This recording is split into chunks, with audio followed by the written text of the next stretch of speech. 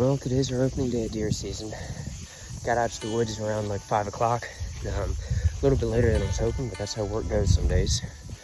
So this is gonna be a first for me, hunting and opening muzzleloader in Kansas. It's still like 70 to 80 degrees. I'm out here just in a t-shirt. Let's see if we can get it done. Got a bit of a walk in, and then we'll get set up and look for the bucks.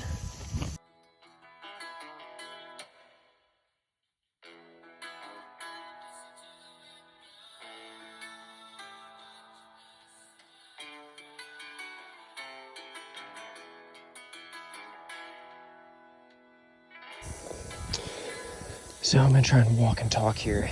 What I'm using today is a Thompson Center Impact muzzleloader, 50 cal muzzleloader. I also got my Tacticam up here on my non-firing side. So hopefully we'll be able to get some footage of the deer, but when push comes to shove, I'd rather get a deer than get footage. So let's see what we can do. So basically our setup is gonna be on here along that far tree line back over here. We've got a pond right down here along with some dense woods beyond that. That field you can kind of see off in the distance. Over by that silo is all private land, so we're gonna have to stay off of that. Based off of our preseason scouting, I've seen a good bit of deer movement down here in this woods. Our wind's blowing from the south today, so it's coming up this direction, which would be good if they're pushing, sitting back in there behind the woods, which is what they do a lot when they're bed.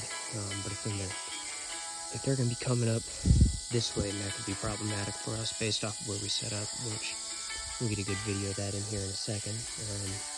But we're going to push through, just make sure that we clear this area so we're not jumping anything. So just got to get to the tree. Now, one of the benefits about this spot that we're going to be hunting tonight is that we're right next to a cow pasture, and this is a very active farm.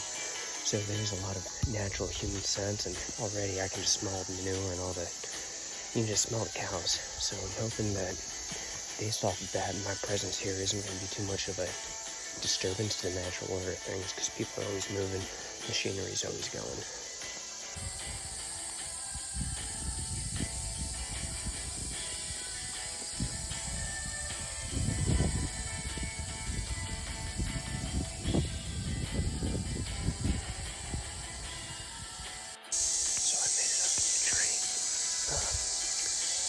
It's not as great as I thought. It's a lot more overgrown than when I last scouted it.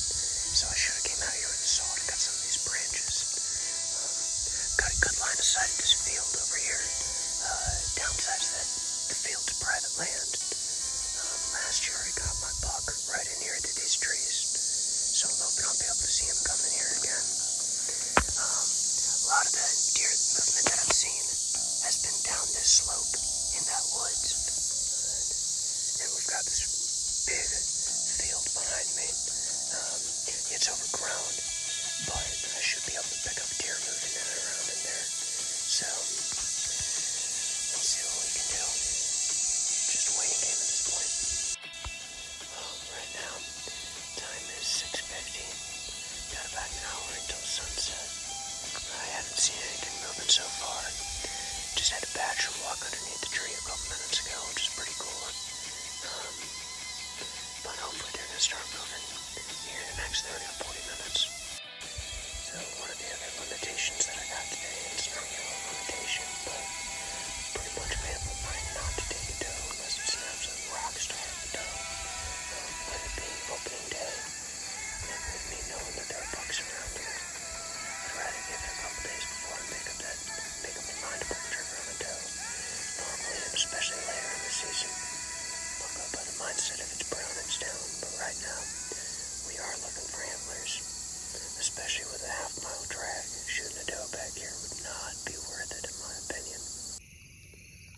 Well, I've got about 5 minutes left worth of legal shooting light, and unfortunately, it's not looking like we're going to get a deer tonight.